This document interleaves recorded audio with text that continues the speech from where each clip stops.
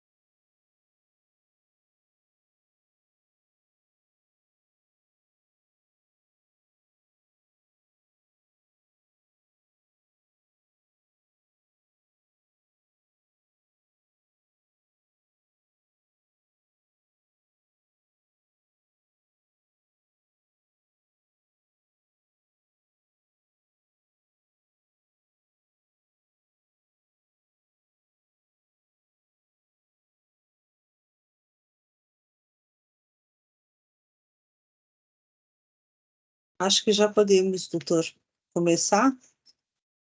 Você já vai apresentando um pouquinho aí, a gente já para não atrasar ninguém.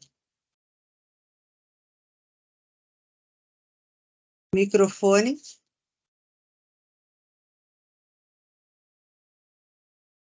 Para quem não me conhece, eu sou Wanderson de Carvalho, sou da empresa aqui da WMC Soluções em Saúde, sou médico anestesista também, e a WMC Soluções é uma empresa especializada para consultoria para empresas de anestesiologia. E hoje nós estamos trazendo um tema de grande importância e de interesse para empresas de anestesiologia, e trazendo também duas pessoas de extrema expertise nesse setor da anestesiologia na consultoria para empresas de anestesiologia. A doutora Cláudia Oliveira e a doutora Cláudia Montanha, tá bom? Para a gente não se estender muito, vou passar a palavra aí para a doutora Cláudia Oliveira, que é uma das responsáveis aqui pelo departamento de consultoria, para depois estar apresentando aí a doutora Cláudia Montanha, que é a advogada que vai estar conversando conosco hoje, que também faz parte aqui da nossa equipe. Doutora Cláudia? Beleza. Para quem não me conhece, meu nome é Cláudia Oliveira. Eu faço parte, eu sou a pessoa responsável pelas questões de consultoria para empresas de anestesiologia da WMC Mais Soluções de Saúde. E nós somos uma empresa focada em prestar serviços de consultoria para empresas de anestesiologia. Sabemos que nós estamos falando de um nicho extremamente especializado. O serviço médico, ele é especializado, mas o serviço médico em anestesiologia é um nicho muito diferente. É um nicho onde obrigatoriamente os anestesistas trabalham em grupo, e como eles trabalham em grupo, eles necessariamente precisam de um CNPJ onde eles se envolvem como pessoa jurídica, e todos eles passam a compartilhar de um único CNPJ, o qual também é registrado no CRM. Então, cada um desses médicos do grupo, eles têm um CNPJ pessoa física, ou desculpe, tem um CRM pessoa física, e eles passam a ter um CRM pessoa jurídica e compartilhado com o restante do grupo. Para isso, E a gente vem trabalhando há 7 anos na parte de consultoria e a gente vem observando duas coisas que são extremamente importantes. Uma delas é que a gente, com certeza, vai achar profissionais de várias áreas necessárias para uma empresa de excelente qualidade, mas de excelente qualidade e sabendo do que está falando no nicho da médico anestésico, são poucas as empresas. E essas sim especializadas e que vão realmente prestar um serviço de excelência.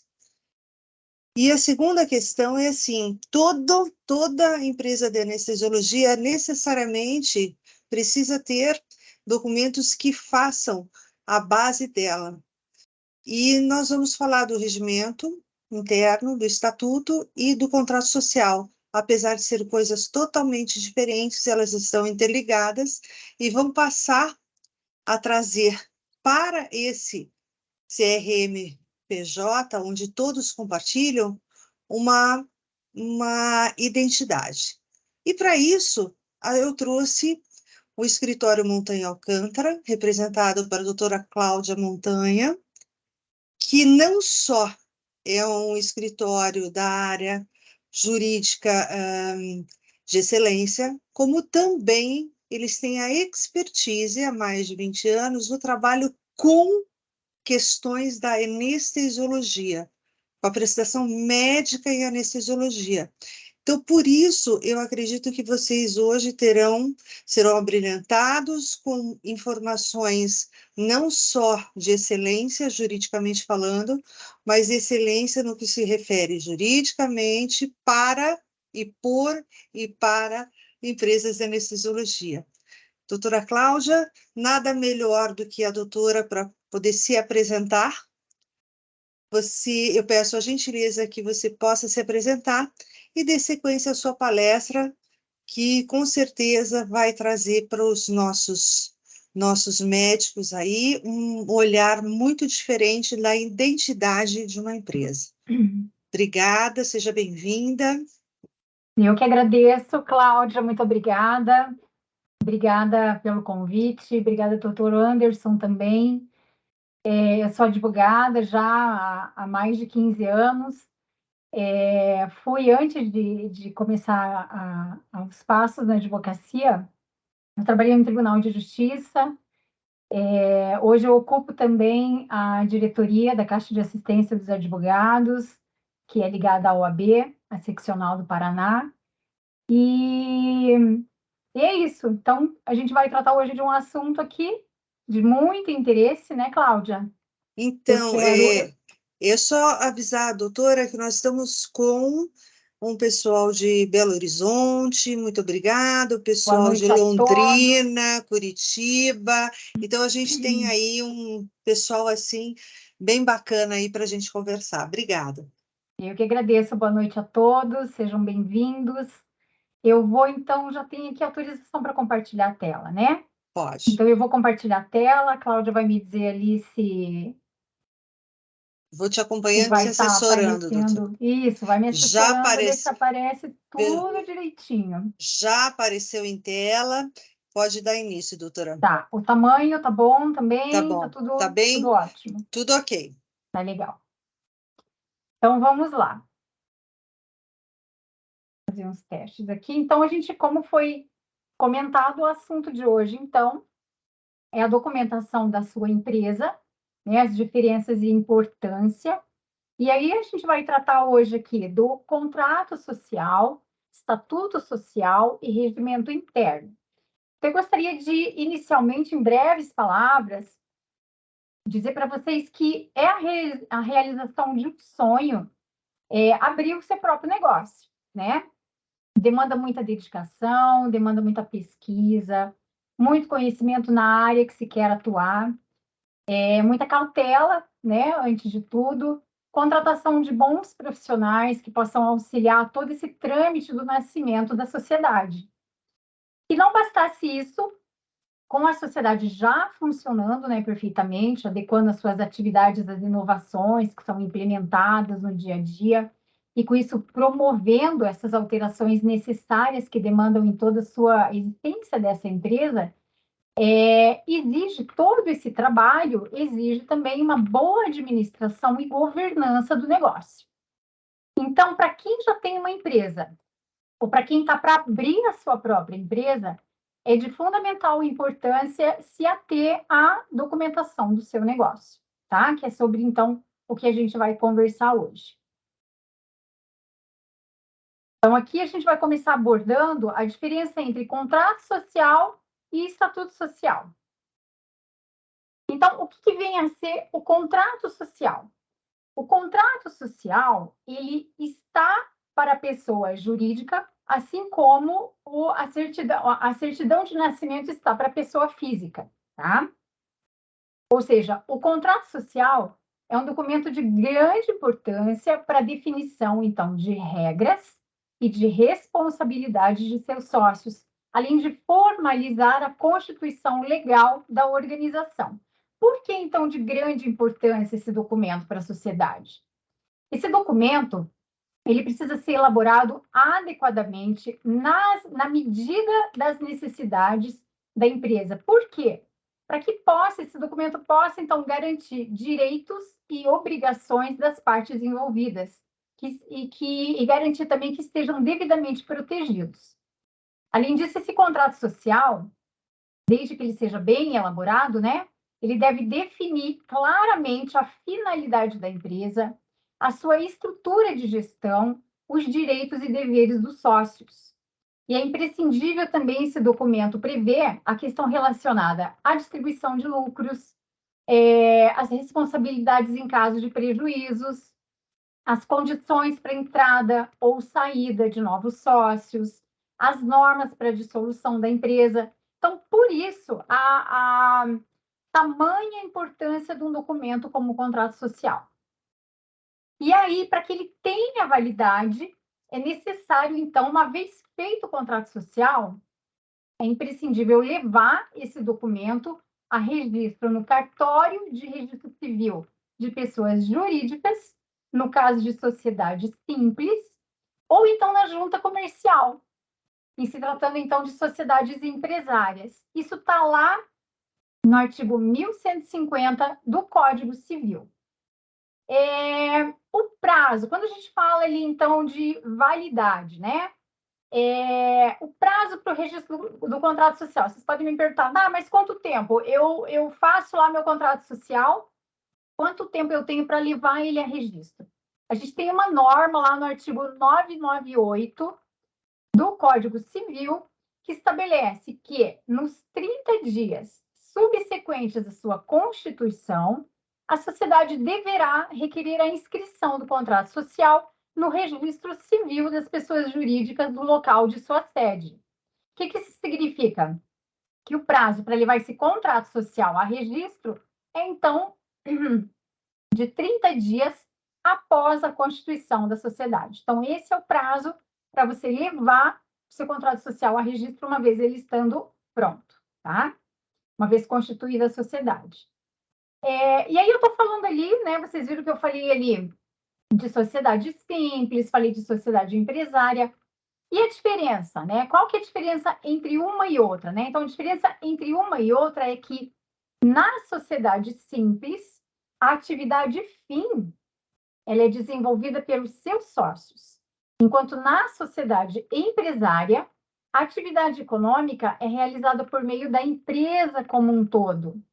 Então, qual que é efetivamente a diferença entre essas duas sociedades? A principal diferença, então, é o modelo da atividade econômica.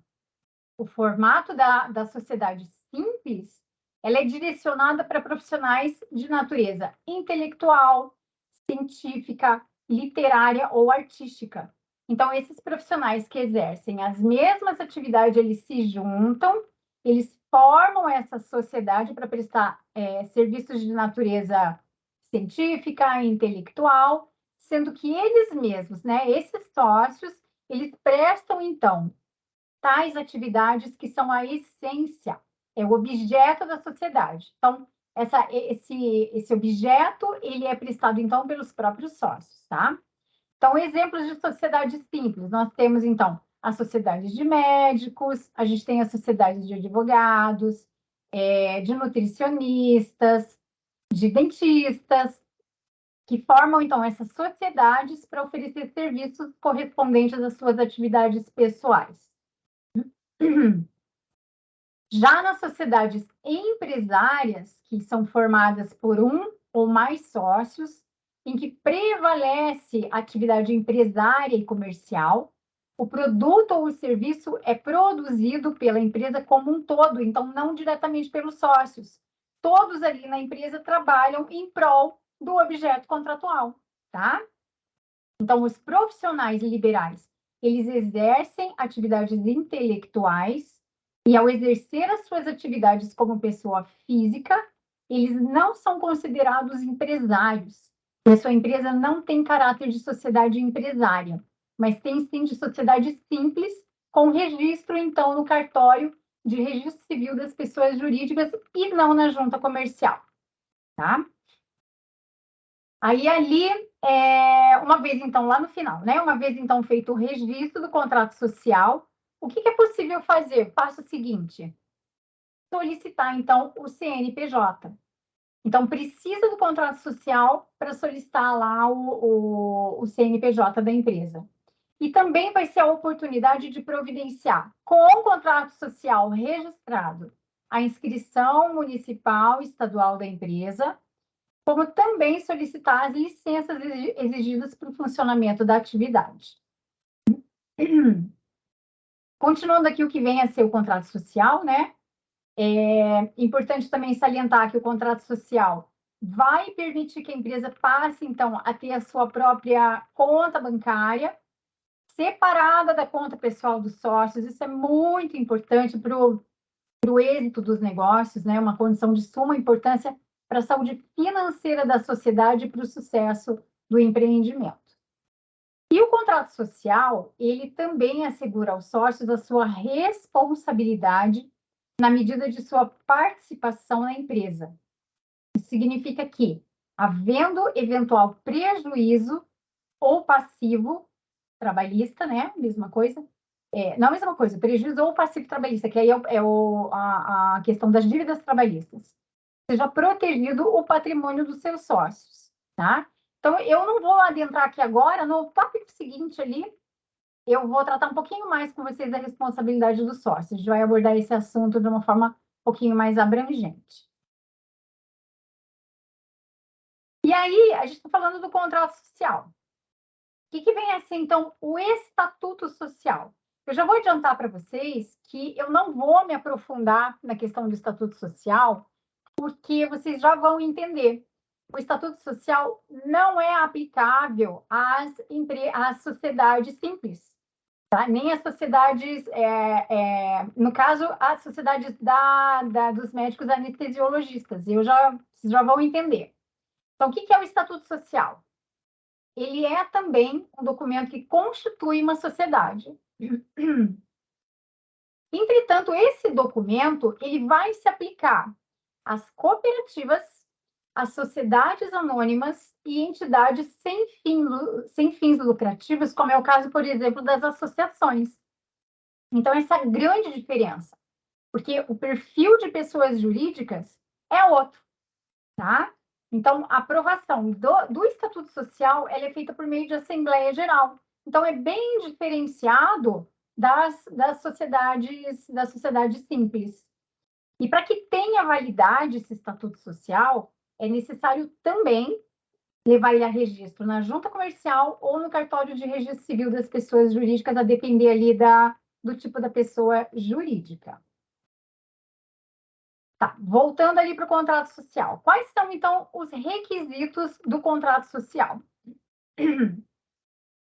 O contrato social, para ele ter validade, ele tem que preencher requisitos que são genéricos e requisitos que são específicos.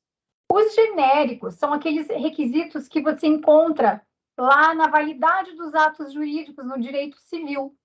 Então, para a prática de qualquer ato da vida civil, a gente precisa do agente capaz, a gente precisa do objeto lícito e forma prescrita ou não defesa em lei.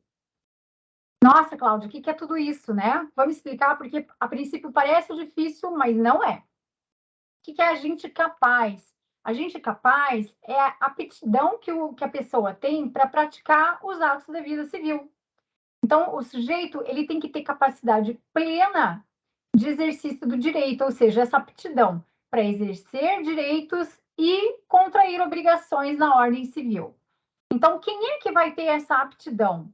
O maior de 18 anos, ele vai ser plenamente capaz para todos os atos da vida civil.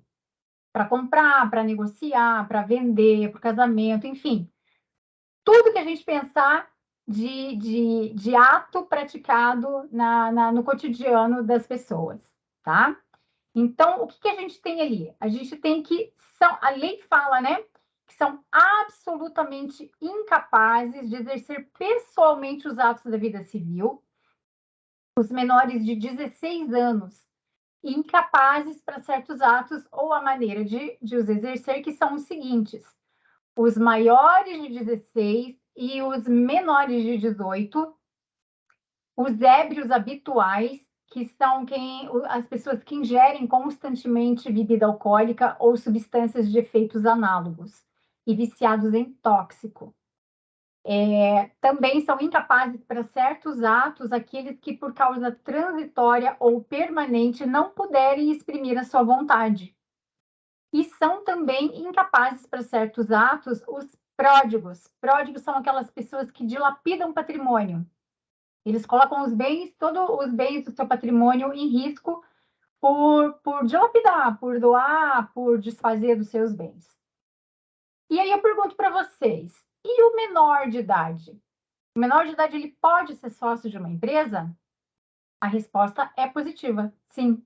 Os maiores de 16 anos e os menores de 18 anos, eles podem ser sócios de empresas sem necessidade de serem assistidos pelo seu representante legal, desde que sejam emancipados judicial ou extrajudicialmente. Se eles não forem emancipados, eles precisam ali de um representante legal que possa assistir à prática dos seus atos. Passando ali, a gente estava falando do agente capaz, que são um dos requisitos genéricos para o contrato social. O próximo requisito ali é o objeto lícito. O que é o objeto lícito? Licitude. Licitude é o que está de acordo com a lei, com a moral, com os bons costumes.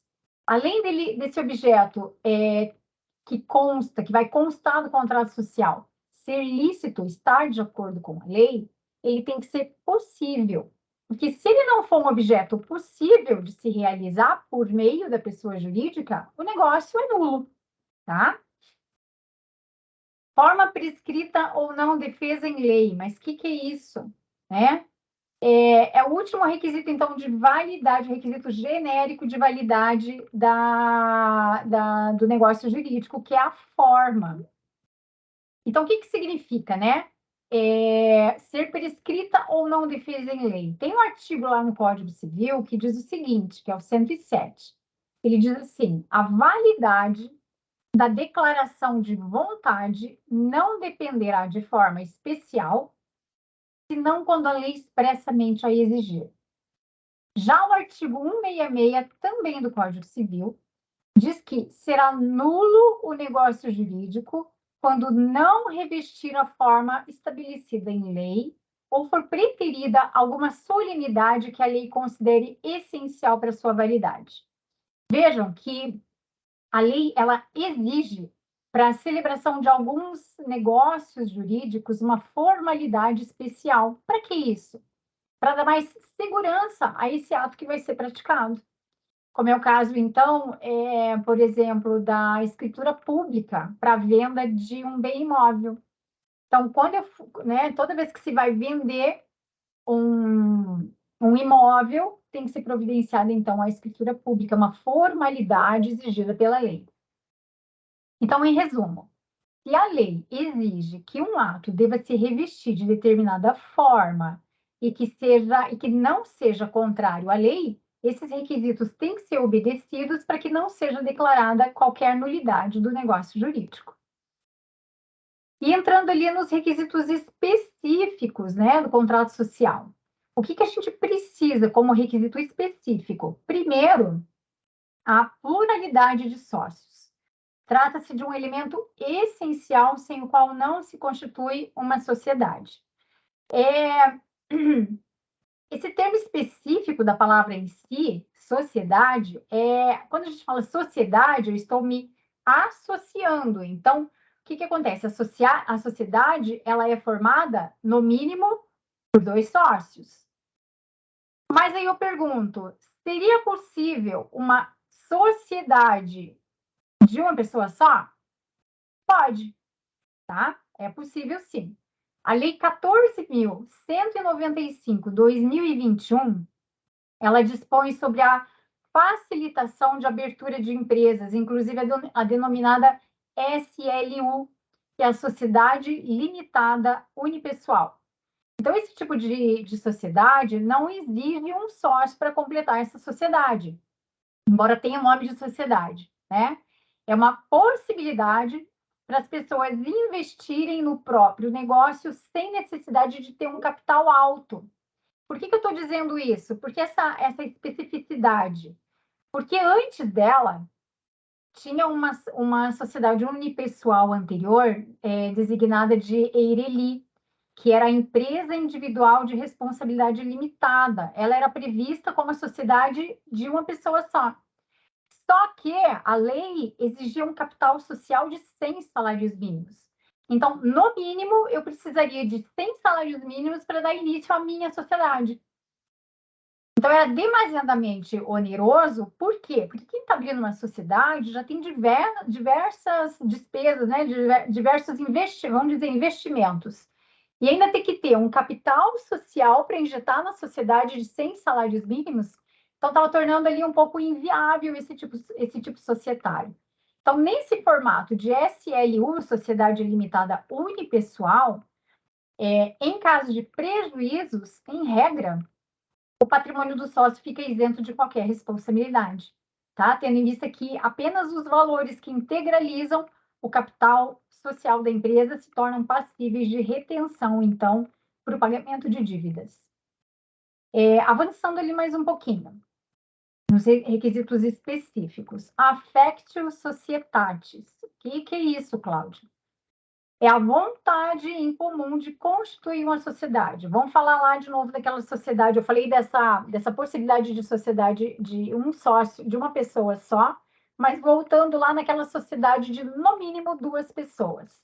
Então, é a vontade de constituir essa sociedade e também é de permanecer como sócio dela. Essa factio societatis, uma vez criada, né, dado início a essa sociedade, esses sócios eles têm que não só ter o ânimo de estarem juntos para a criação, como para a existência dessa sociedade. Então, trata-se desse ânimo de vontade, né, de se associar. Opa, peraí, que eu passei para outra tela. Então, esse ânimo essa vontade de se associar e permanecer associado a um grupo de pessoas, o que é fundamental, então, para essa longevidade das sociedades de pessoas, como é o caso, então, da sociedade simples, que eu expliquei para vocês no começo lá o conceito do que é. E o capital social? O que é esse requisito específico do contrato social chamado capital social? É um elemento também obrigatório que representa, então, a contribuição de cada sócio para essa sociedade que vai iniciar. Então, ele deve ser expresso em moeda corrente, podendo compreender, então, qualquer espécie de bens suscetíveis de avaliação em dinheiro. Então, vem a ser o valor inicial que uma empresa precisa para ela começar as suas atividades, até que ela comece a gerar lucros. Porque quando a gente inicia uma pessoa jurídica, uma sociedade, a gente está ali fazendo investimento nela. Então, ela não vai já começar a gerar lucro. Então, o que os sócios têm que pensar? na constituição do capital social. Ah, mas qual o valor? Vai depender do que a empresa, de quanto a empresa vai precisar de capital para ela começar as atividades dela. Ah, eu preciso alugar um imóvel. Ah, eu preciso comprar os equipamentos. Ah, eu preciso contratar assessoria, secretária. Tudo isso entra na conta para constituir inicialmente esse capital social, tá? Então, por exemplo, uma sociedade que vai começar, ela precisa lá de 120 mil reais para ter início, né? Para ser criada essa sociedade. Se a participação dos sócios nessa sociedade, sendo 3 sócios, tá? Nesse nosso exemplo, foi igual, se cada sócio tiver a sua participação igual, cada um deles vai ter que investir 40 mil reais. E aí pode acontecer de um dos sócios integralizar esse capital social não com 40 mil reais, não com dinheiro, mas investir ali em imóveis. Vou comprar cadeira, vou comprar mesa, vou comprar tudo que precisa para a cozinha, vou comprar tudo para equipar. Essa vai ser a minha parte de contribuição no capital social. Tá? Então, aí esse sócio vai contribuir com esses móveis até chegar lá nos 40 mil reais, que é a parte dele, já que a divisão está sendo igualitária no caso dessa sociedade. Uma particularidade importante aqui é que, de acordo com a Instrução Normativa número 81 do DREI, DREI é o Departamento Nacional de Registro Empresarial e Integração. Então, de acordo com essa instrução normativa, no caso de integralização do capital social com bem imóvel, não móvel, tá? Imóvel, o contrato social ele deverá conter a descrição deste imóvel, a identificação deste imóvel, a área e os dados relativos à sua titulação, e também deve mencionar o número da matrícula no registro imobiliário. Em se tratando de sócio que seja casado, salvo no regime de separação absoluta de bens, ele deve haver a anuência do cônjuge no contrato ou declaração arquivada em separado, tá? Na questão dos bens que vão integrar o patrimônio, tá? Do bem imóvel.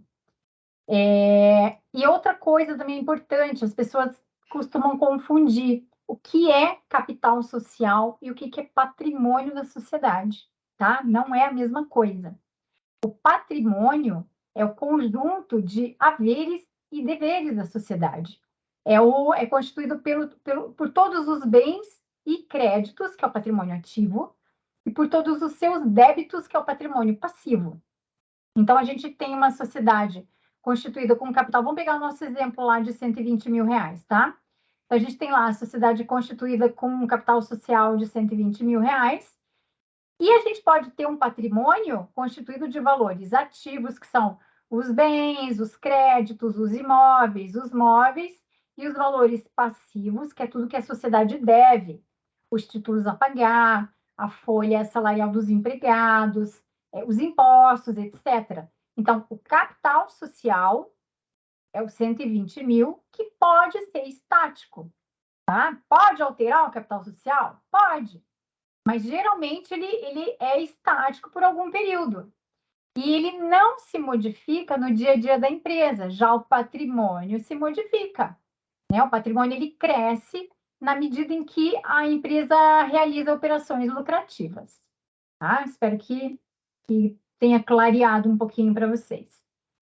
E aqui, por último, como requisito específico do contrato social, a gente tem também de suma importância a participação nos lucros e nas perdas.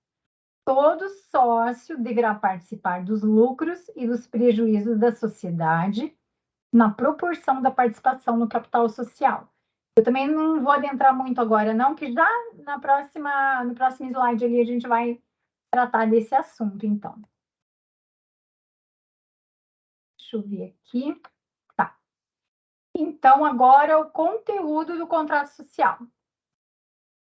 O artigo 997 do Código Civil. O Código Civil é um código que os advogados do direito empresarial usam bastante, porque tem muito, quer dizer, de uma forma geral, os civilistas, claro, usam muito, mas no direito empresarial, muito do que trata ali a sociedade está no Código Civil, tá? Então, por isso que eu estou citando bastante o Código Civil.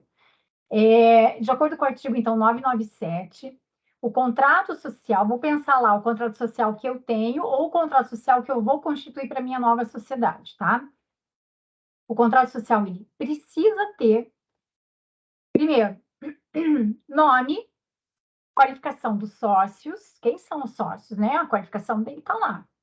O que é? A nacionalidade, o estado civil, a profissão, a residência, tudo isso dos sócios, tá? Se pessoas físicas. Porque pessoa jurídica pode também ser sócia de uma outra pessoa jurídica, tá? Mas a gente está falando aqui de pessoas físicas. E a firma e denominação, nacionalidade e sede dos sócios, e se tratando de pessoas jurídicas, que, como eu disse para vocês, também pode ser sócio de uma outra pessoa jurídica. A profissão Por que... Claro que toda qualificação é muito importante, mas a profissão tem uma especialidade ainda maior nas sociedades nas sociedades simples, tá? O Decreto-Lei número 406/68 prevê a possibilidade de enquadramento pelo ISS fixo e não pelo faturamento da empresa, das denominadas sociedades profissionais, tá? Que é atividade médica, advocatícia, contábil, aquela que eu expliquei para vocês, que o objeto da sociedade ele é exercido pelos sócios, tá? Ou seja, então, quando há a prestação pessoal dos serviços pelos sócios, é uma benesse legal, essa possibilidade de quando todos os sócios, por exemplo, na sociedade médica, desculpa, todos os sócios exercem ali as atividades ligadas ao objeto social, existe essa benesse legal, que é essa possibilidade do enquadramento do ISS fixo. Então, uma das importâncias de constar no contrato social a profissão do sócio é por essa determinação da lei, tá? Para saber se vai recolher ISS fixo ou se vai recolher o ISS pelo faturamento, que é um valor absurdamente maior, onera bastante a empresa. Então, se tratando de sociedade em que os sócios prestam pessoalmente os seus serviços, que constituem o objeto da sociedade, elas estarão, então, enquadradas no ISS fixo. Ali na firma, ainda no número 1 ali, né? Firma e denominação. O site da Juscepar, no site é possível conferir essa diferença, mas eu achei que era a mesma coisa. Não, não é. Firma e denominação são diferentes, tá? A denominação social é o nome dado a um negócio. Ele tem que conter palavras ou expressões que se refiram, que identifiquem, que denotem a atividade prevista no objeto social. Então, a atividade fim da empresa, ela tem que estar presente no nome da sociedade, para que seja, então, a denominação desse negócio. Então, exemplo, Soluções, Indústria e Comércio de Eletrônicos Limitada. Ou falando aqui da WMC. WMC, Serviços de Anestesia SS Limitada. Então, eu tenho ali o objeto da WMC, anestesia, está ali no nome da denominação dela, tá? Agora, a firma, vou uma aguinha aqui. A firma, ela é um pouquinho diferente, né? Está no Código Civil também, artigo 1158, parágrafo 1º. Ela vai ser composta, então, com o nome de um ou mais sócios, desde que sejam pessoas físicas. Então, é quando a gente vê lá Pereira e Barreto Limitada. Vamos pegar eu e a Cláudia aqui, as duas Cláudias. Gruntoski Montanha Limitada. Então, isso você identifica a firma. E aí são pessoas jurídicas, naturezas diferentes, que a gente aplica denominação ou firma. Geralmente, para a sociedade simples, né? Na sociedade simples é a denominação.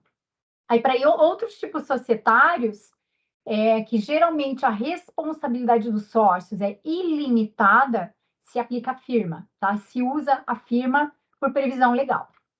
Bom, continuando ali no que deve conter o contrato social. o objeto social que a gente estava falando ali.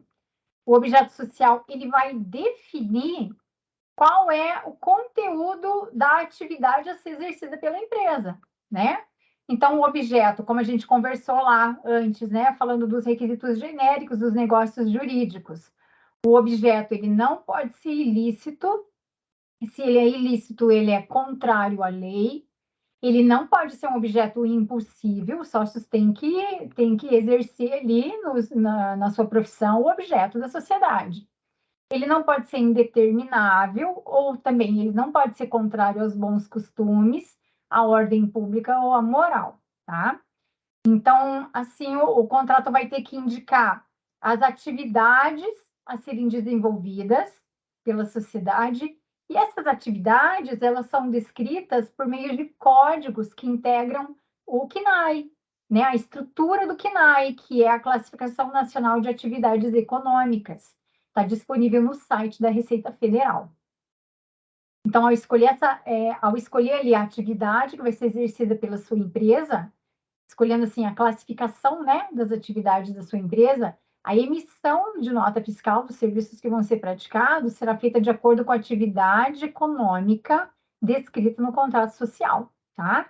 E que permite que o governo recolha, então, a tributação de acordo com os parâmetros estabelecidos para ela. Ainda no 2, né, o conteúdo do contrato, a sede. De acordo com o Código Civil, a sede é o domicílio da empresa, está lá no artigo 75, inciso 4º. É o lugar onde o centro de decisões se localiza da empresa. Então, esse é o endereço que tem que constar no contrato social. O prazo da sociedade também. Então, a sociedade pode ser por prazo determinado? Pode, mas é muito raro. É muito raro. A grande maioria das sociedades são constituídas por prazo indeterminado, tá? Vamos lá. Terceiro item ali, né, que deve conter no contrato social, de acordo com o Código Civil, a participação de cada um dos sócios no capital social e a forma como será integralizado pelos sócios. A gente já falou um pouquinho sobre isso, né? Quando eu dei o exemplo lá dos 120 mil, a participação igualitária, né? Então, é imprescindível constar do contrato social o capital social que vai ser constituído para exploração, então, da atividade e a forma de constituição, né, desse capital social.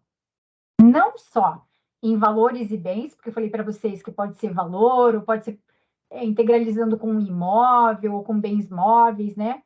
Mas também, o que é muito importante? Estabelecer ali o percentual de participação de cada sócio nessa sociedade. Como que isso vai acontecer, tá? Então, uma coisa que eu queria também deixar aqui bem claro para vocês é que o momento de subscrição e o momento de integralização do capital social, eles podem ou não coincidir, tá? Mas não estou entendendo. O que é isso, Cláudia? Pode ocorrer a participação do sócio à vista ou a prazo. Então, assim, ó, a subscrição é quando o sócio diz que ele vai participar da sociedade em qual percentual, tá? É a promessa que esse sócio está fazendo de que, nos termos da sua participação, é feita pelo sócio, dos termos da sua participação na sociedade, e a integralização é mediante a... Então, eu vou participar da sociedade no percentual X. Agora, a integralização de bens, né, o aporte que eu vou dar para a sociedade, mediante entrega de dinheiro ou fazendo a transmissão de bens, pode ser num outro momento. Então, eu vou passar integral na sociedade, mas eu vou fazer integralização em dinheiro de forma parcelada. Então, isso significa que os momentos são distintos. Por quê? Porque vai demorar um pouquinho mais para eu integralizar o capital social, porque eu preciso parcelar essa integralização, tá? Pode acontecer à vista também, aí vai coincidir o momento da subscrição com o momento, então, da integralização. Mas pode acontecer também dos sócios realizarem as suas contribuições em momentos diferentes. Por quê? Porque um vai fazer à vista, o outro vai fazer parcelado, não tem problema, tá? Desde que isso fique muito claro no contrato social. Tem que estar lá, tudo discriminado, tá? tem que prever, o contrato social tem que prever esses prazos, tem que prever os valores, a forma de integralização. 4. O nome e qualificação das pessoas naturais incumbidas da administração da sociedade, seus poderes e atribuições. Sim, perdão, a sociedade tem que ter um administrador. Nem que sejam todos os sócios, tá? Essa administração, ela pode ser exercida por uma ou mais pessoas designadas no contrato social. Não é muito producente colocar ali todos os sócios para administrar a sociedade. É sempre importante escolherem ali um ou dois que possam, então, administrar a sociedade. A lei, ela não estabelece obrigatoriedade de previsão do prazo do mandato do administrador nomeado no contrato social, tá? Então, não estando previsto, pode-se entender que é por prazo indeterminado. A designação desse administrador, né, se for não sócio, que pode também ser um administrador não sócio, essa designação desse administrador, ela pode ser feita no contrato ou pode ser feita em ato separado e vai depender da aprovação de unanimidade dos sócios, enquanto o capital social, perdão, enquanto o capital social não estiver totalmente integralizado. Lembra que eu falei lá para vocês que pode haver o parcelamento da integralização do capital social. Então, enquanto esse capital não tiver 100% integralizado, se for nomear um administrador não sócio, tem que ter aprovação pela unanimidade de todos os sócios, tá? Ou de 2/3 dos sócios, no mínimo, após a integralização. E por que toda essa cautela? Porque se trata de um administrador não sócio da sociedade. É bastante importante também que o contrato estabeleça esse limite dos poderes que são dados para esse administrador, tá? E por que isso, né? Porque essa responsabilidade desses administradores é uma responsabilidade pessoal perante terceiros. Então, o que acontece? Se ele extrapola os poderes que lhe são dados, ele vai responder pessoalmente por isso que ele extrapolou, esses poderes que ele extrapolou. Então, é muito importante que esses poderes estejam definidos no contrato social. Passando mais adiante um pouquinho, a gente tem ali no item 5, a participação dos sócios nos lucros e nas perdas. Então, a participação dos sócios é outro item também, outra cláusula de suma importância no contrato social.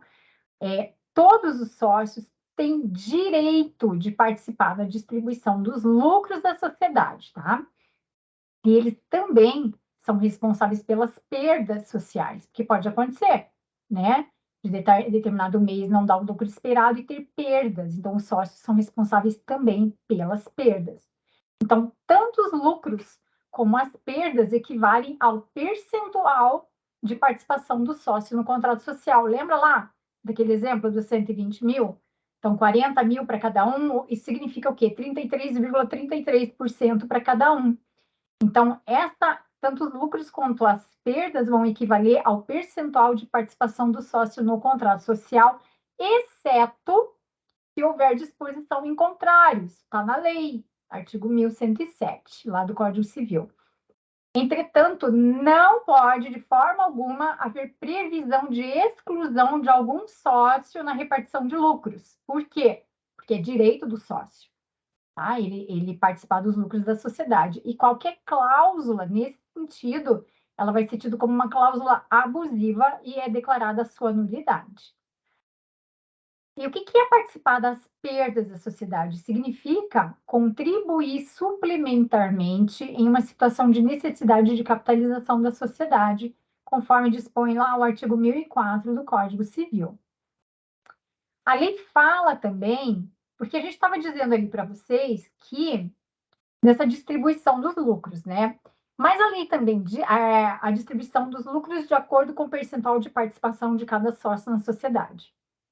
Mas a lei também admite que os sócios possam prever genericamente no contrato social que essa distribuição dos lucros ela seja desproporcional às suas respectivas participações no capital social. Então, eu posso, embora lá, naquele exemplo, cada um tenha 33% do capital social, a distribuição de lucros pode ser feita de outra forma. A lei permite, então eu tenho que fazer constar isso, pode ser até genericamente no contrato social, que vai haver uma outra forma de distribuição de lucros que não obedeça ao percentual do capital social, tá? Então, é possível. E essa distribuição desproporcional, que não coincide com o percentual do capital social, ela pode ser fixa ou eventual, a ser deliberada em cada reunião, assembleia de sócios. Então, os eventos para a ocorrência dessa distribuição desproporcional e os critérios para fixação do montante atribuído, então, a cada sócio, eles não precisam necessariamente estar no contrato social. Tem que ter ali uma previsão genérica dessa possibilidade, tá? De não coincidir com o percentual do capital social. Mas essas particularidades de quanto vai ser, como vai ser, de que forma que vai pagar, isso não precisa estar no contrato social. Até porque, lembrando vocês que o contrato social é um documento público. Uma vez que ele é registrado, qualquer um pode pegar esse contrato social. Tá? Então, ele não tem sigilo sobre contrato social. A decisão, então, poderá ser tomada, né, com relação à previsão dessa distribuição de lucros diferenciada em uma reunião de sócios, num acordo de sócios. Perdão, mais uma vez. E aí, o último item ali do conteúdo do contrato social é se os sócios respondem ou não subsidiariamente pelas obrigações sociais. Vamos entender um pouquinho o que significa isso.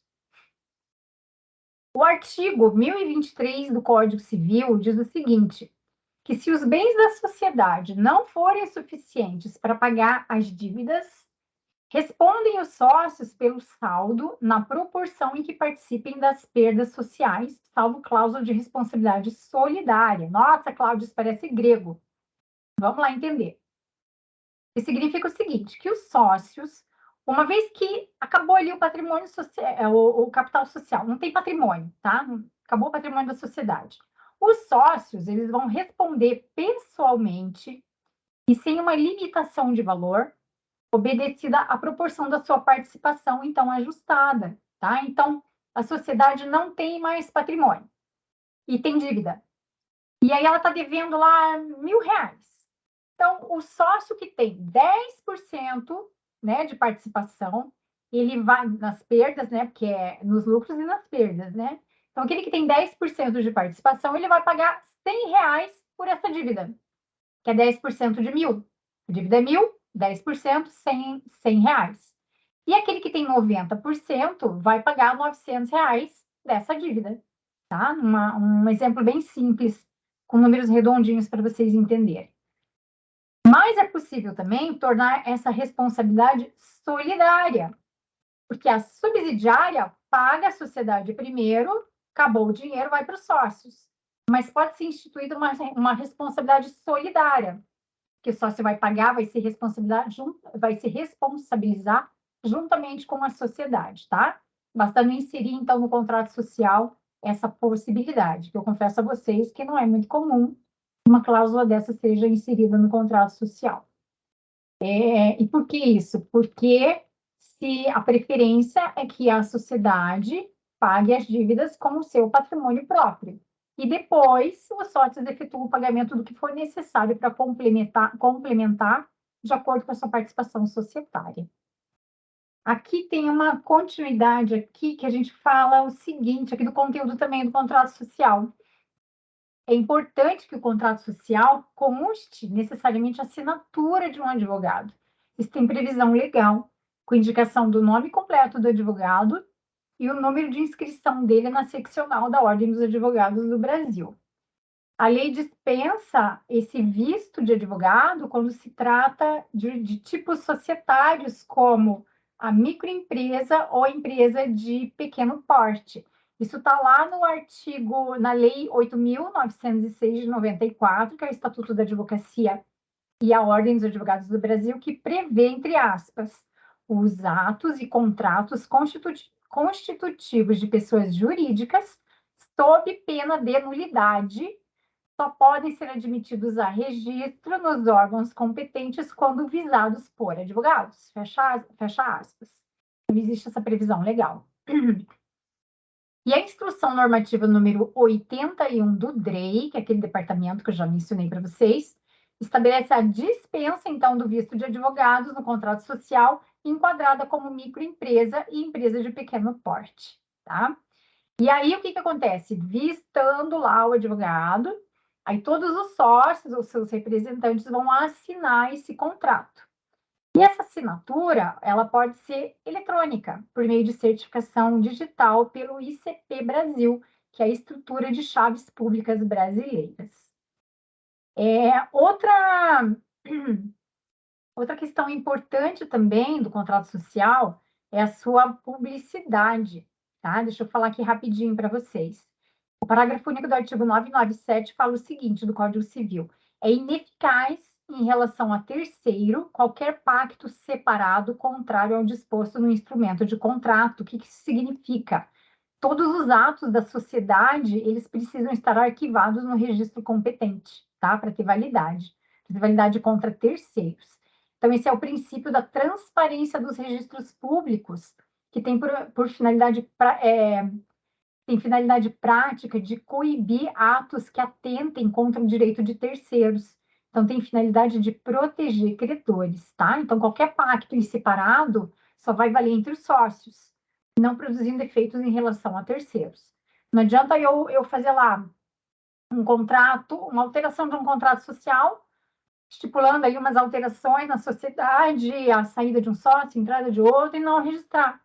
Eu tenho que registrar para que tenha validade, tá bom? Senão vai valer só entre quem assinou. Tá, vamos ver o próximo título aqui. Benefícios. Quais são os benefícios do contrato social? O maior benefício que se tem de um contrato social bem redigido é a segurança jurídica. Tá? Isso porque um contrato bem redigido, que seja elaborado de acordo com as necessidades da empresa, que seja feito especificamente para aquela empresa, atendendo tudo que ela precisa, vai evitar disputas futuras, conflitos que poderiam trazer prejuízos à empresa, podendo evitar, inclusive, o que é pior, né, mas que pode ser evitado, que é uma demanda judicial, que vai alastrar com o tempo, vai ficar caro para todo mundo envolvido no processo.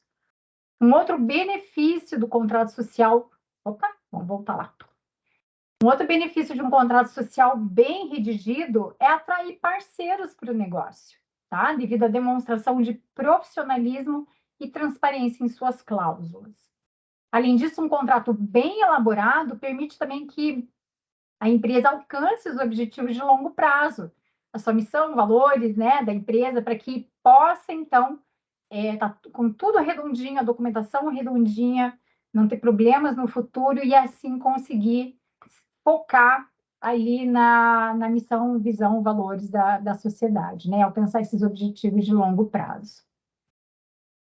E os riscos? Tem bastante risco, muito risco, sim, né? Se não prestar atenção nas minúcias de um contrato social. E um risco muito grande que a gente vê clientes nos procurando em razão desse tipo de acontecimento é a utilização de um modelo padrão, porque a gente sabe que a internet está cheia de modelo para tudo, né? Então, um modelo padrão pode efetivamente trazer severos prejuízos para a sociedade, porque é o principal documento da sociedade, tá? Ele não vai estar, o modelo padrão não vai estar adequado às reais finalidades da empresa, podendo colocar em risco, então, o negócio. Então, aqui eu compilei só alguns riscos que a gente consegue identificar com os anos de trabalho que a gente tem aí na advocacia, né? Por exemplo, uma sociedade que prevê lá no contrato social que a morte de um dos sócios põe fim à empresa. Então, uma empresa sólida, uma empresa que tem lá o seu lugar no mercado, falece um sócio e está lá escrito no contrato social que a empresa se extingue, se encerra com a morte de um dos sócios. Tá? Então, são coisas que a gente já encontrou aí nessa vivência da advocacia. Outra cláusula aqui, ó, que determina que qualquer alteração do contrato social dependa para sua validade da assinatura e aprovação unânime dos sócios. Como assim? Todo mundo tem que assinar, tem que concordar com a alteração do contrato. Isso não está nem na lei. Não tem isso na lei. Então, se há um sócio majoritário, que, né, geralmente tem ali um sócio majoritário, em algumas, né, sociedades tem um sócio majoritário, nesse caso, ele nem vai ser o controlador efetivo, né, ele pode ser lá o sócio fundador, depois entraram outras pessoas, e ele manteve lá o controle. Se tem uma cláusula como esta, não vai valer de nada ele ter lá mais que a metade do capital social, porque essa cláusula fulmina esse direito de um fundador da sociedade, né? Então, é um perigo para a sociedade. Como eu disse para vocês, a lei prevê que várias deliberações numa sociedade, elas possam ser tomadas pelos votos correspondentes a mais da metade do capital social. Para que eu vou colocar uma cláusula que vai exigir uma aprovação unânime? Né? Então, esse é um risco que é importante chamar a atenção. Um outro exemplo aqui, deixar de prever a possibilidade, isso aqui é de suma importância, deixar de prever a possibilidade de exclusão extrajudicial de sócios minoritários, conforme previsão contida no artigo 1085 do Código Civil. Olha o que diz esse artigo.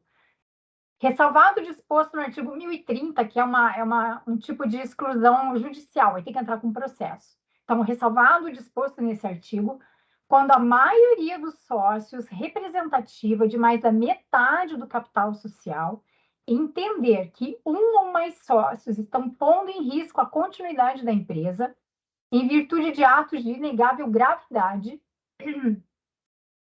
poderá excluí-los da sociedade mediante alteração do contrato social.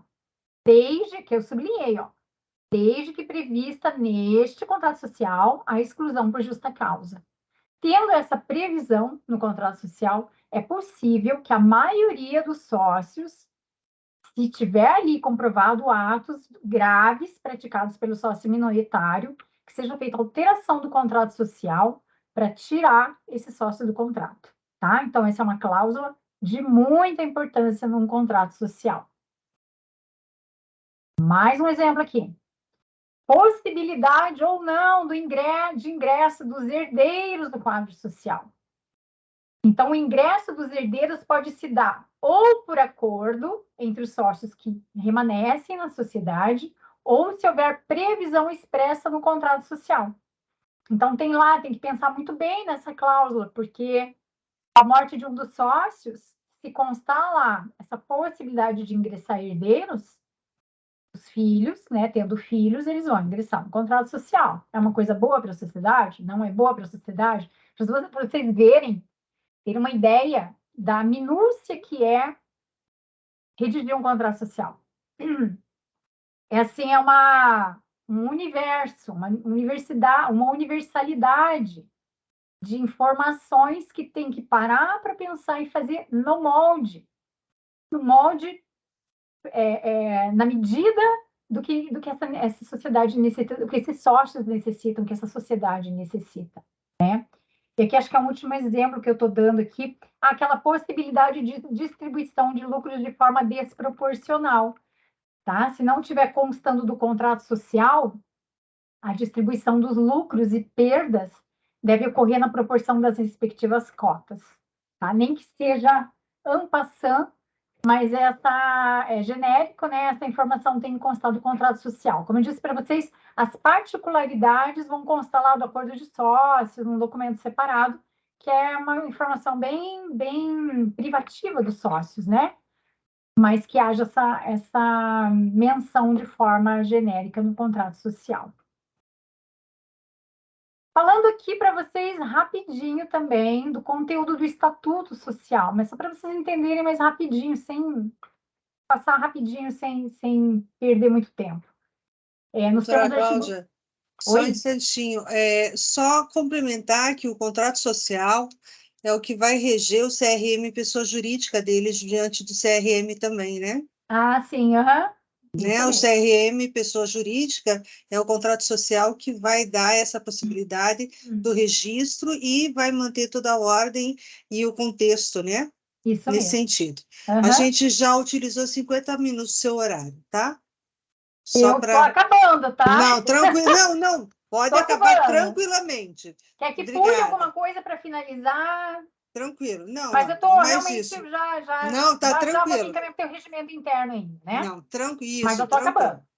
Eu me empolguei. Não, tranquilo. Vamos lá. Rapidinho, então. Nos termos do artigo 54 do Código Civil, obrigatoriamente o Estatuto Social deve conter, sob pena de nulidade, algumas coisas parecem similares, sim, tá? Denominação, os fins, a sede da associação, da cooperativa, da sociedade anônima. Aqui, ó, os requisitos de admissão, demissão, exclusão de associados, cooperados, sócios, os direitos e deveres dos associados, as fontes de recursos para a manutenção desse negócio, o modo de constituição e funcionamento. Aqui tem órgãos deliberativos, diferente lá da sociedade simples.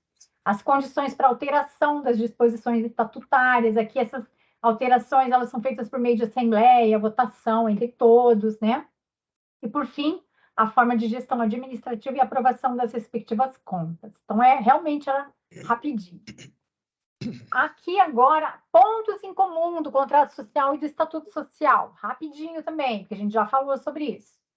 Ambos são documentos imprescindíveis para regular o nascimento e o funcionamento de uma pessoa jurídica, garantindo a sua existência regular. São os documentos principais dessas pessoas jurídicas, tá?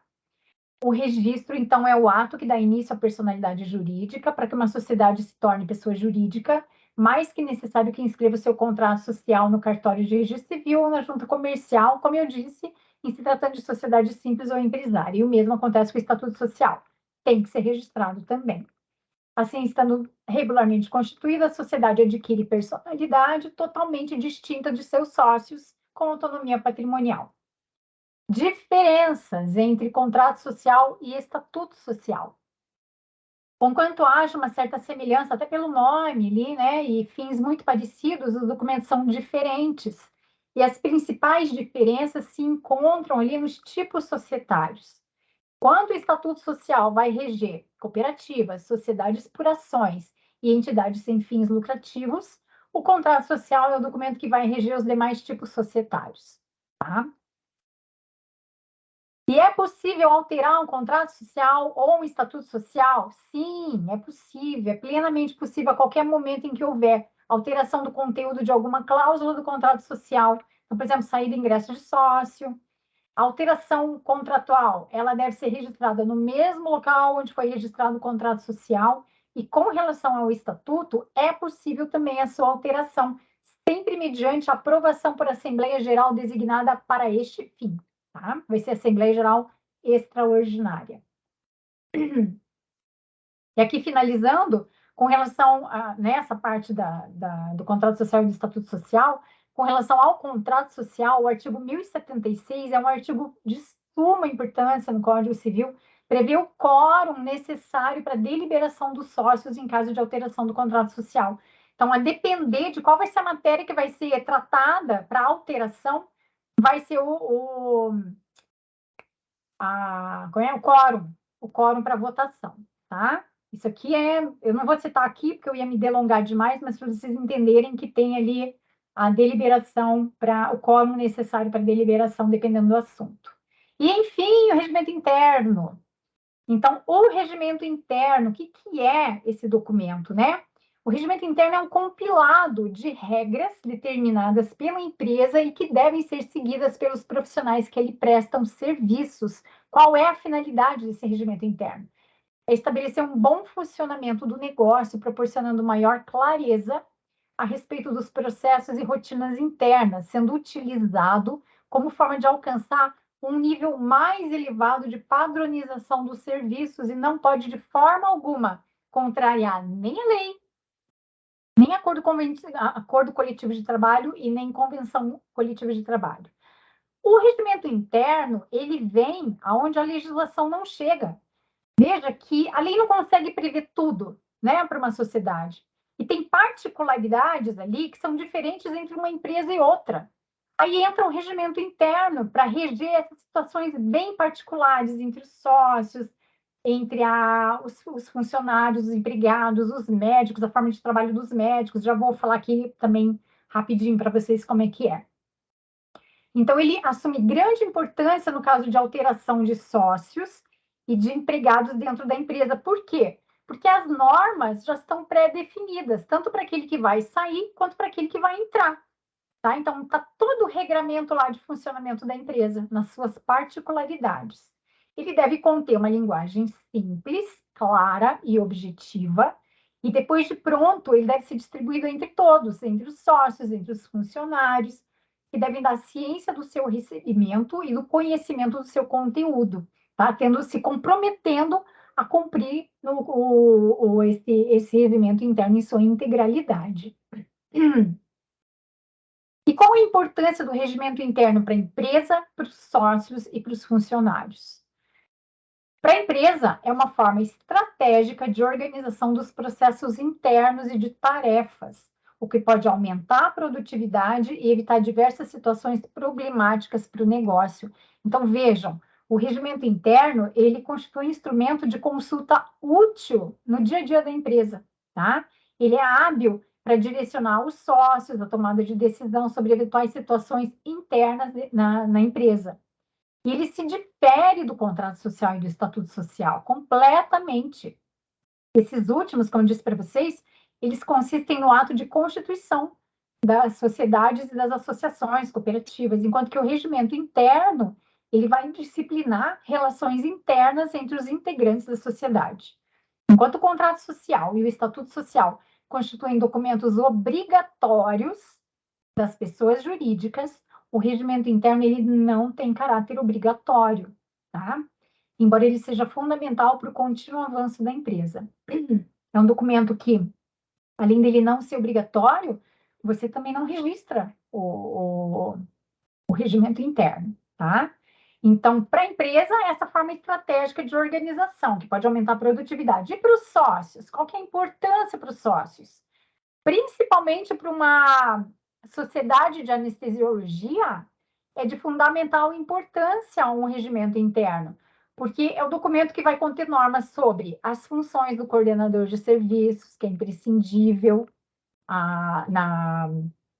no dia a dia ali da sociedade médica, porque esse coordenador ele vai representar um grupo de médicos junto ao tomador de serviços. Então, as normativas relacionadas ao coordenador de serviços se inserem no regimento interno. Não vou colocar isso no contrato social.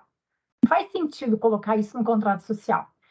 Também faz parte ali do regimento interno normas de repasse da produção dos médicos, sobre a organização das escalas de trabalho, a previsão de possível afastamento dos serviços, entre várias outras normas. Aí vem a criatividade mesmo, de acordo com as necessidades da empresa, tá?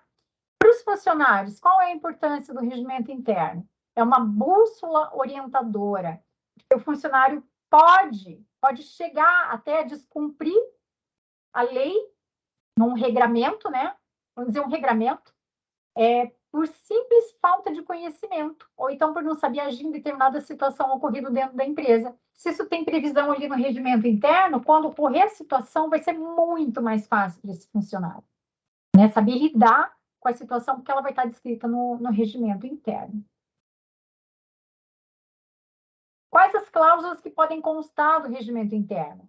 Aqui eu citei direcionadas à sociedade dos anestesiologistas, tá?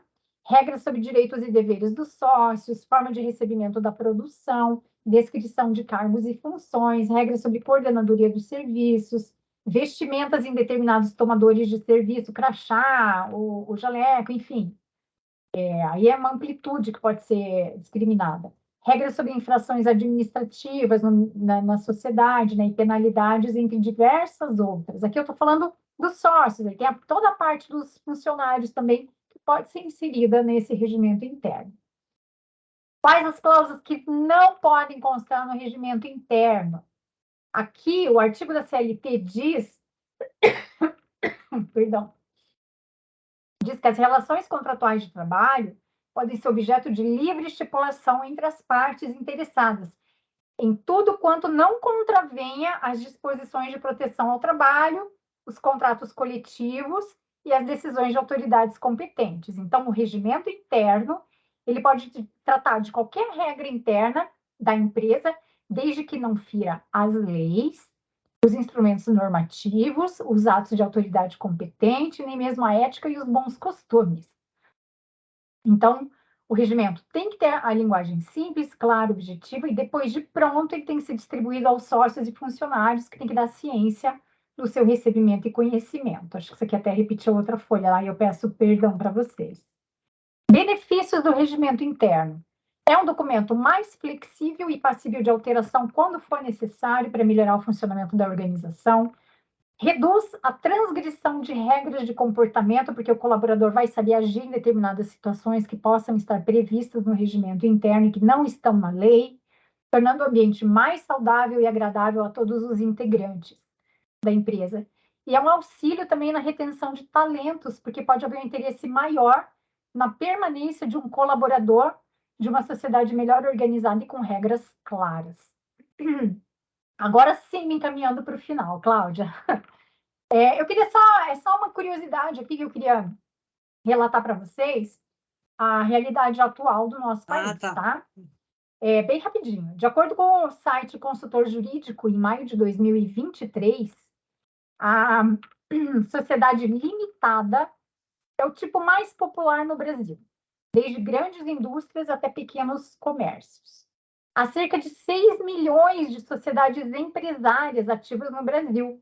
Eu estou dizendo empresárias, tá? Empresárias é diferente da sociedade simples, mas é só para pegar aqui um exemplo para vocês dos números no Brasil.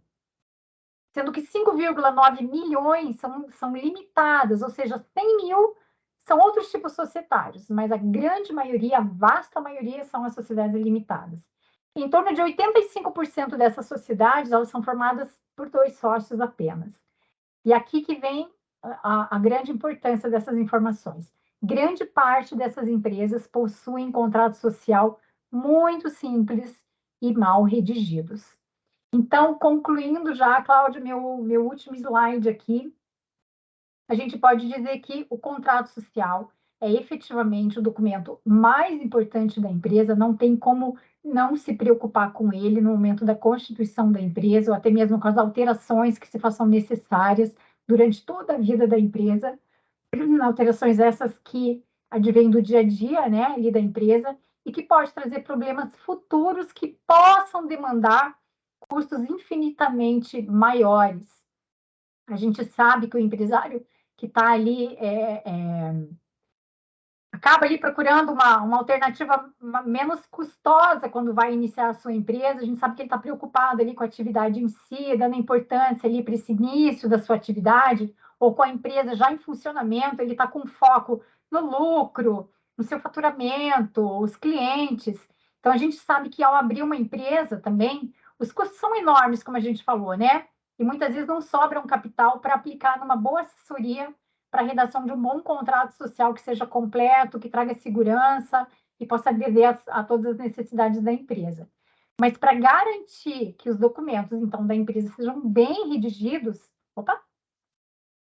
e que atendam às suas necessidades da empresa e dos sócios, que estejam de acordo com a legislação e possam, então, proporcionar essa segurança que eu mencionei para vocês, é imprescindível procurar por uma assessoria que seja especializada. Tem modelos na internet? Tem. São modelos adequados para o seu negócio? Nem sempre, porque o modelo que está na internet, ele não foi feito sob medida para a sua empresa. Cláudia, com isso, eu concluo aqui, então, a minha apresentação. Eu espero que nos nossos ouvintes, né? Eu já até agradeço a participação, né, de um público maravilhoso. Eu espero que eu tenha me feito clara, que possam ter compreendido a minha explicação.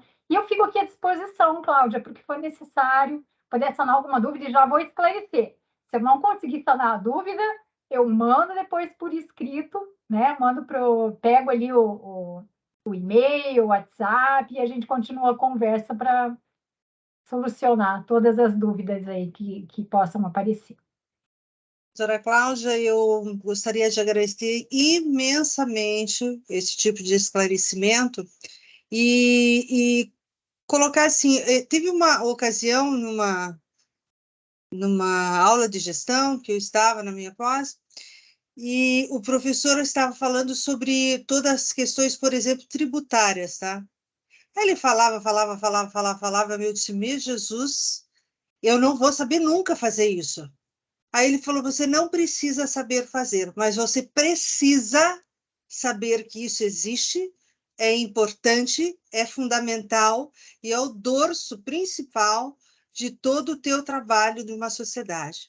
Então, eu diria que a gente tem uma cultura na área de saúde, não só o prestador de serviço médico, mas o prestador de serviço de forma geral, psicólogo, fisioterapeuta, enfim, nutricionista, enfim, a gente teve uma cultura por anos de abrir um PJ tão somente para tributar menos. E a gente, enquanto se fala de profissional único, de um na sociedade, eu sou responsável por mim mesmo, ok? Se der o problema, então. Mas nós estamos falando de anestesiologistas. Anestesiologistas necessariamente trabalham em grupos, necessariamente trabalham num contexto. Então, necessariamente, eles vão ter que estar dividindo o mesmo contexto, né, de sua digital, de sua carteira de identidade de pessoa jurídica.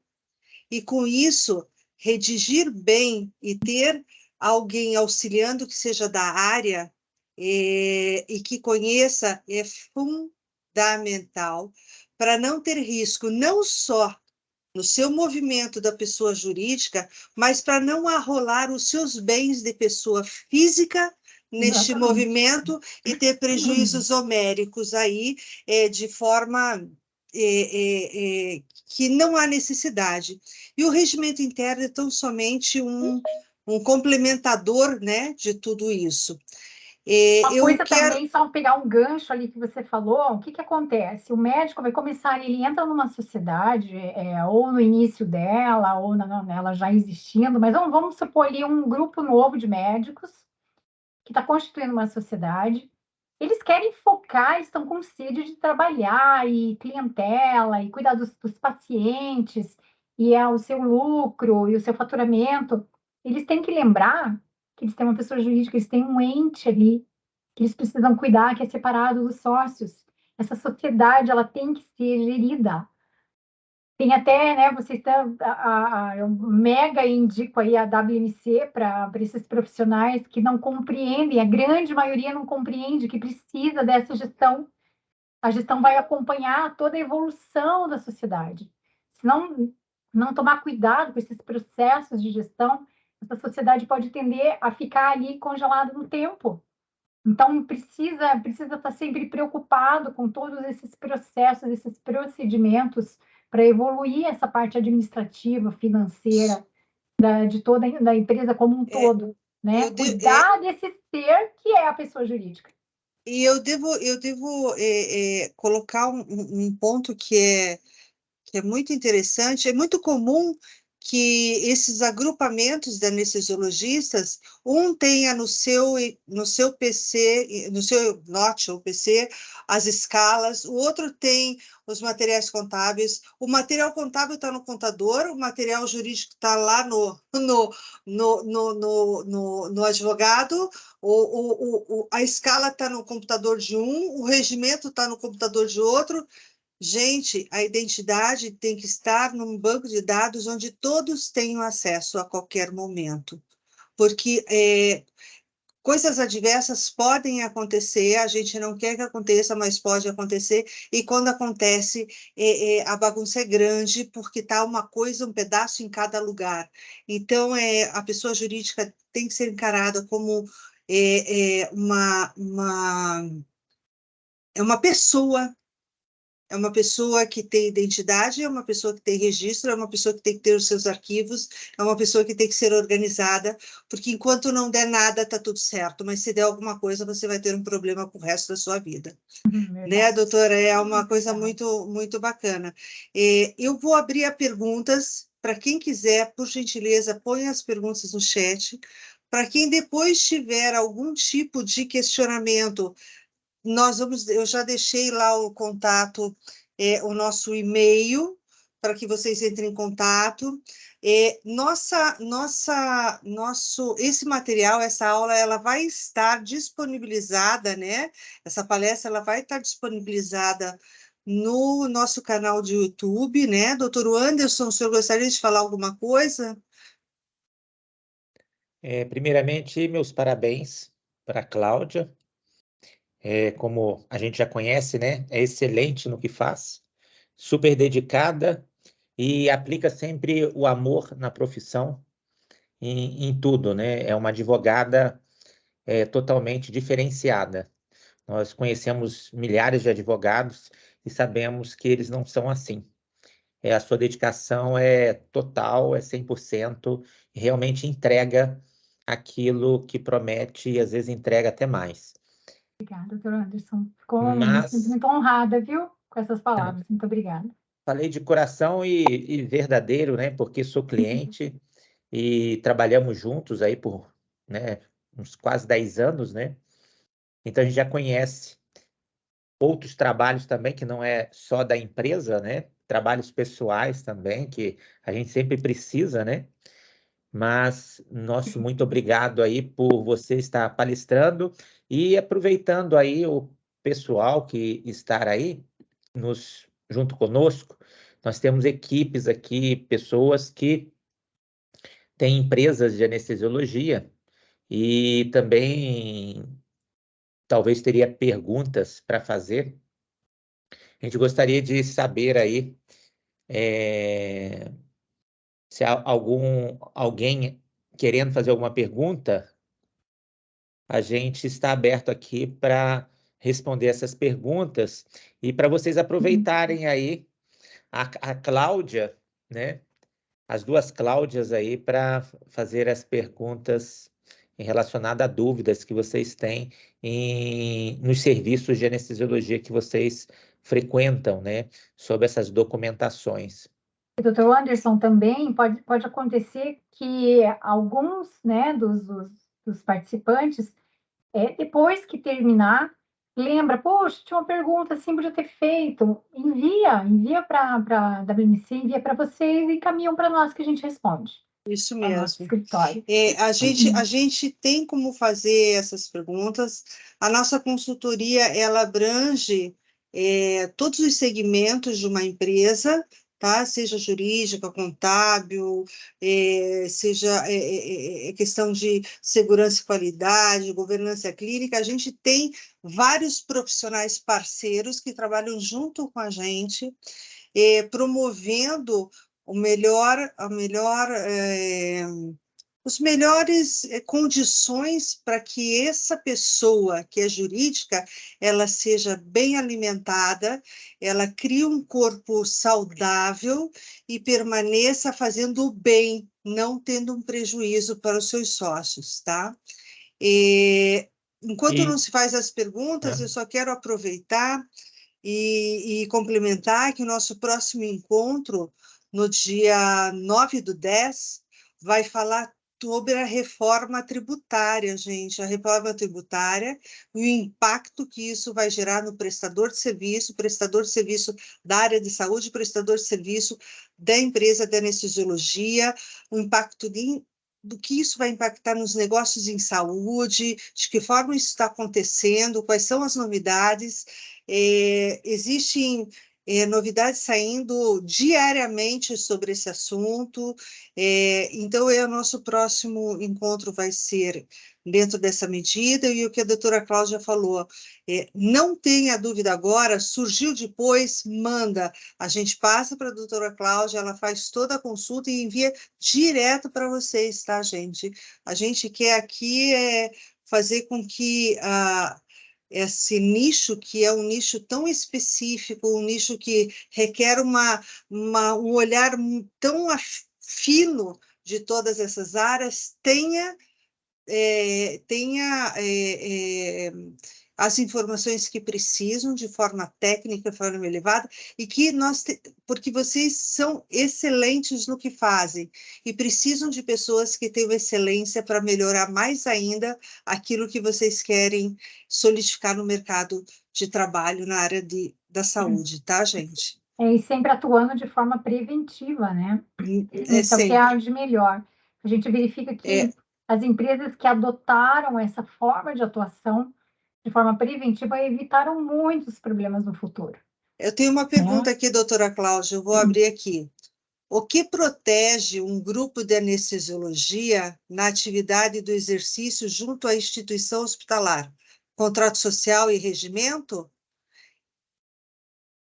São as duas coisas juntas, né? Vai ter ali o contrato social da empresa, muito bem redigido, o regimento interno que vai gerir, na verdade, o regimento interno vai gerir todo o funcionamento interno da empresa, claro, com vistas também, vai ter cláusulas ali direcionadas ao trabalho desses médicos junto ao tomador de serviços, que é o hospital, mas vocês não podem esquecer que o instrumento de tamanha segurança é o contrato que vai ser firmado entre o grupo de médicos e o tomador de serviços.